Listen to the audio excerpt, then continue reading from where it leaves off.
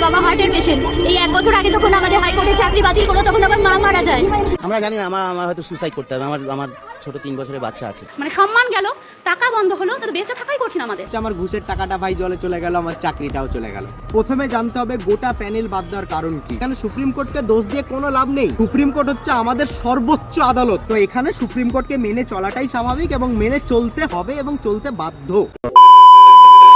নমস্কার, আমি আইনজীবী সাহিল।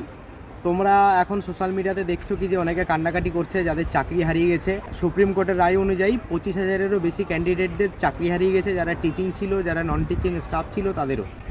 এই চাকরিতে বিশাল ঘোটালা ছিল, ঘুষের বিনিময়ে, টাকার বিনিময়ে অনেককে চাকরি দেওয়া হয়েছিল, এরকম অ্যালিগেশন আছে এবং সেই পরিপ্রেক্ষিতে এই মামলাটা হাইকোর্ট যায়। হাইকোর্টে কিন্তু আমাদের Calcutta high court, honourable Calcutta high court 25,000 গোটা চাকরির গোটা প্যানেলটাকে বাদ দিয়ে দেয়। সেটা আবার স্টেট গভর্নমেন্ট সুপ্রিম কোর্টে গিয়ে অ্যাপিল করে। সুপ্রিম কোর্টও কিন্তু সেম জাজমেন্ট দেয় কালকে, এবং সেটা নিয়ে আজকে তোলপাড় লেগেছে অল ওভার ওয়েস্ট বেঙ্গলে, ইভেন ইন্ডিয়ার বিভিন্ন জায়গাতে তোলপাড় লেগেছে এই জাজমেন্টটাকে নিয়ে। তো এখানে কিছু কনফিউশন আছে, আমি সেই ভাবলাম কনফিউশনটাকে ক্লিয়ার করতে আজকের ভিডিওটা বানাচ্ছি। বাট ভিডিও শুরুতেই বলে রাখি, আমি অনারেবল সুপ্রিম কোর্টের জাজমেন্টকে যথেষ্ট রেসপেক্ট করি। সেই জাজমেন্টের কিন্তু আমি অবমাননা বা ক্রিটিসাইজ করতে এই ভিডিওটা বানাচ্ছি না। আমার মেন বক্তব্য হচ্ছে এটা, সুপ্রিম কোর্টের এই জাজমেন্টকে নিয়ে অনেকে কিন্তু উল্টোপাল্টা কথাবার্তা বলছে। যেমন অনেকে কান্নাকাটি করে ভিডিও বানিয়েছে, যারা বলতে চাইছে অনারেবল সুপ্রিম কোর্ট যখন জাজমেন্ট দিল 25,000 জনার ক্যান্ডিডেটের চাকরি বাদ, গোটা প্যানেলটাই বাদ। প্রথমে জানতে হবে গোটা প্যানেল বাদ দেওয়ার কারণ কি। অনেকে বলছে যারা যোগ্য তাদের চাকরি থাকতো, যারা অযোগ্য তাদেরকে বাদ দিয়ে দিত। মেন প্রবলেম হচ্ছে এটা, কোর্ট কিন্তু প্রমাণ দেখে, প্রমাণ ছাড়া আইন কিন্তু অন্ধ। জাজ is blind, court is blind. আমরা ছোটোবেলা থেকে দেখে এসেছি কি যে ওই মূর্তির এখানে একটা কিন্তু কালো কালো একটা কিন্তু ফিতে বাঁধা থাকতো, যাতে আইন সবার জন্য সমান। আইন অন্ধ, আইনকে প্রমাণ দিলে আইন সাজা দেবে, আদারওয়াইজ আইন সাজা দেবে না। এখন মূর্তিটা সুপ্রিম কোর্টে চেঞ্জ হয়ে গেছে, কিন্তু যদিও আমি তোমাকে একটা কথা বলে রাখি, সেটা হচ্ছে কোর্টকে যদি যথাযথ প্রমাণ না দেওয়া যেতে পারে কি যে কে যোগ্য কে অযোগ্য, তাহলে তো গোটা প্যানেলটাই বাদ হবে। এবার ঘটনা হচ্ছে কি যে আমাদের স্টেট গভর্নমেন্টের যে অ্যাডভোকেট ছিল, সে ওএমআর সিট, মানে স্টেট গভর্নমেন্টের দায়িত্ব ছিল ওই ওএমআর সিটগুলোকে গিয়ে সুপ্রিম কোর্টের কাছে দেখানো যে কে যোগ্য কে অযোগ্য। তাহলে সুপ্রিম কোর্ট বিচার করতে পারতো কি যে না, এই কজন যোগ্য, এই কজন অযোগ্য, আমি এই কজনকে বাদ দিব আর এই কজনকে চাকরিতে রাখবো। কিন্তু স্টেট গভর্নমেন্ট সেইটা কোর্টে ঠিকঠাকভাবে প্রডিউসই করতে পারেনি। এবার যদি কোর্টকে পুরো ডিটেলস, পুরো তথ্য যদি প্রমাণ না দেয়, তাহলে কোর্ট কী করবে? কোর্ট তো গোটাটাকে বাদ দিবে না। কোর্ট অবজার্ভ এটাই করেছে কি যে এই যে কারেপশান, এটা একটা বিরাট বড় কারেপশান হয়েছে এই সিস্টেমে, প্রচুর বড় ঘোটালা হয়েছে। এটাকে নিয়ে সিবিআইয়ের ইনভেস্টিগেশন হওয়ারও অর্ডার দিয়েছে অনারেবল সুপ্রিম কোর্ট, যে কে কে ঘাপলায় জড়িত, কে কে ঘাপলায় টাকা খেয়েছে, কি অসুবিধা হয়েছে, কিভাবে ঘুষ নেওয়া হয়েছে, এই নিয়ে কিন্তু অনারেবল সুপ্রিম কোর্ট কিন্তু ইনভেস্টিগেশন করার জন্য সিবিআইকে ডাইরেকশনও দিয়েছে। ইভেন কোর্ট এটাও ডাইরেকশন দিয়েছে 3 মাসের মধ্যে স্টেট গভর্নমেন্টকে নতুনভাবে নিয়োগ করতে হবে। তোমাদেরকে আমি এখানে এটা জবাব দেওয়ার চেষ্টা করলাম কি যে সুপ্রিম কোর্ট কেন গোটা প্যানেলটাকে বাদ দিল। যখন স্টেট গভর্নমেন্ট সুপ্রিম কোর্টকে গোটা প্যানেলের, গোটা ওএমআর সিটের রেকর্ডই দিতে পারলো না, তাহলে তো প্যানেলটাই বাদ যাবে। এটা হচ্ছে মেন কথা। এখানে সুপ্রিম কোর্টকে দোষ দিয়ে কোনো লাভ নেই। সুপ্রিম কোর্ট হচ্ছে আমাদের সর্বোচ্চ আদালত, তার উপরে কেউ নেই। সেই যখন রায় দিচ্ছে, মানে একদম সঠিক রায় দিচ্ছে। এখানে পুরোপুরি যদি তোমরা কাউকে ব্লেম দিতে পারো, তাহলে স্টেট গভর্নমেন্টকে ব্লেম দিতে পারো, কারণ তার দায়িত্ব ছিল সেই ওএমআর সিটগুলোকে প্রোটেক্টে রাখা। তার দায়িত্ব ছিল কি যে যেগুলো ওর প্রোটেকশন আছে সেগুলো কোর্টকে দেখানোর। সে হয়তো দেখাতে পারেনি, সে হয়তো ফেলিওর হয়েছে, তাই আজকে বাংলার মানুষদেরকে এইভাবে সাফার করতে হচ্ছে।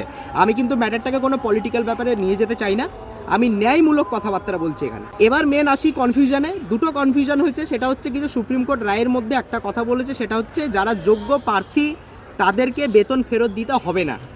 এবার তোমরা বলছে কি যে সুপ্রিম কোর্ট যখন যোগ্য প্রার্থীদেরকে বেতন ফেরত দিতে না বলার ডাইরেকশন দিচ্ছে, তাহলে সুপ্রিম কোর্ট নিশ্চয় জানে কে যোগ্য কে অযোগ্য, তাহলে আবার 25,000কে কেন বাদ দিল? ঘটনাটা এমন নয়।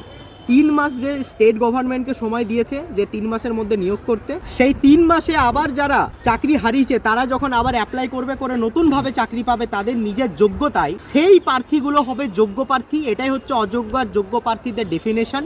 আর সেই যোগ্য প্রার্থীদেরকে টাকা রিটার্ন দিতে হবে না, তারা আবার পুনরায় চাকরি পাবে। আর যারা এই পরীক্ষায় বাদ হয়ে যাবে তারা হবে অযোগ্য প্রার্থী, তাদেরকে কিন্তু বেতন ফেরত দিতে হবে with a rate of interest, যেটা সুপ্রিম কোর্ট ডাইরেকশন দিয়েছে। এই হলো মেন ফান্ডা, কে অযোগ্য আর কে যোগ্য সেটা এই 3 মাসের মধ্যে নির্বাচিত হবে। মেন কনফিউশনটা আমি ক্লিয়ার করতে পারলাম, যেটা নিয়ে এখন মেন কনফিউশন সেটা আমি তোমাদেরকে বললাম। এবার আসি যারা কান্নাকাটি করছে, যাদের খুব বাজে দুরবস্থা, তাদেরকে বলতে চাই, তোমরা যারা কান্নাকাটি করছো, কষ্ট পাচ্ছ, তাদের মধ্যে 2 রকম লোক আছে। একটা হচ্ছে যোগ্য লোক, যারা সত্যিকারের খেটে পড়াশোনা করে চাকরি পেয়েছিলে, আর একটা হচ্ছে অযোগ্য লোক, যারা ঘুষ দিয়ে চাকরি পেয়েছিল তারা ভাবছে আমার ঘুষের টাকাটা ভাই জলে চলে গেল, আমার চাকরিটাও চলে গেল। দেখো ভাই, ভুল করে অন্যায় করে আজ পর্যন্ত আইনটা এমনই জিনিস, আজ না হলে কাল, এই যে 2016 প্যানেল, আজকে 2025 সাল হলেও আজ প্রায় 9 বছর পরেও হলেও দেখো আজকে বিচার গেল। এইটা হচ্ছে বিচার ব্যবস্থা।